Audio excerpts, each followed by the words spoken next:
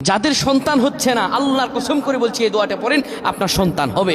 আল্লাযী বিয়াদিহি নাফসিহি, যে সত্তার হাতে আমার প্রাণ, ওই আল্লাহর কসম করে বলছি এটি ইব্রাহিম আলাইহিস সালামের দোয়া। তিনি এই দোয়াটা পড়ে 85 বছরের সন্তান পেয়েছেন। আপনার কত বছর হয়েছে? আপনিও সন্তান পাবেন ইনশাআল্লাহ। আল্লাহ আপনাকে সন্তান দান করবেন। অনেক দেশ থেকে বিদেশ থেকে ফোন আসে, হুজুর সন্তান হচ্ছে না, কি করব, কোন দোয়া পড়লে সন্তান হবে? আমি বলি আপনি কোরআন আল কারীমে শুধুমাত্র এই আয়াতটা পড়েন, এই আয়াতের উসিলে আল্লাহ আপনাকে সন্তান দান করবেন।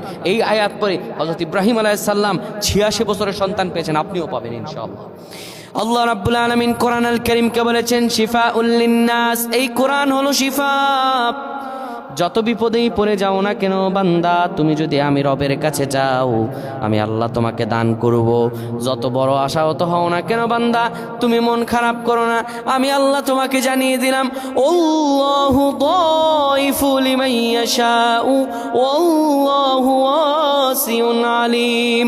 আমি আল্লাহ তো প্রাচুর্যের অধিকারী, তোমাকে সব দেব বান্দা, আমার কাছে তুমি চাও। প্রিয় ভাইরা আমার, আপনারা যদি আমলটা করতে পারেন আমার আল্লাহ মনের আশা পূরণ করে দিবেন। আপনি সকালে কিবলামুখী হবেন, 10 বার দরুদ শরীফ পড়বেন, এরপরে পড়বেন রব্বি হাবলি মিনাস সালিহিন, হে আল্লাহ আপনি আমাকে সৎকর্মশীল সন্তান দান করেন। এই দোয়া পরে হযরত ইব্রাহিম আলাইহিস সালাম সন্তান পেয়েছেন।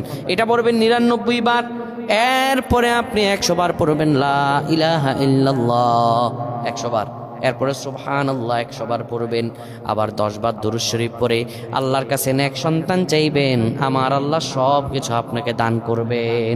আল্লাহুম্মা আমিন।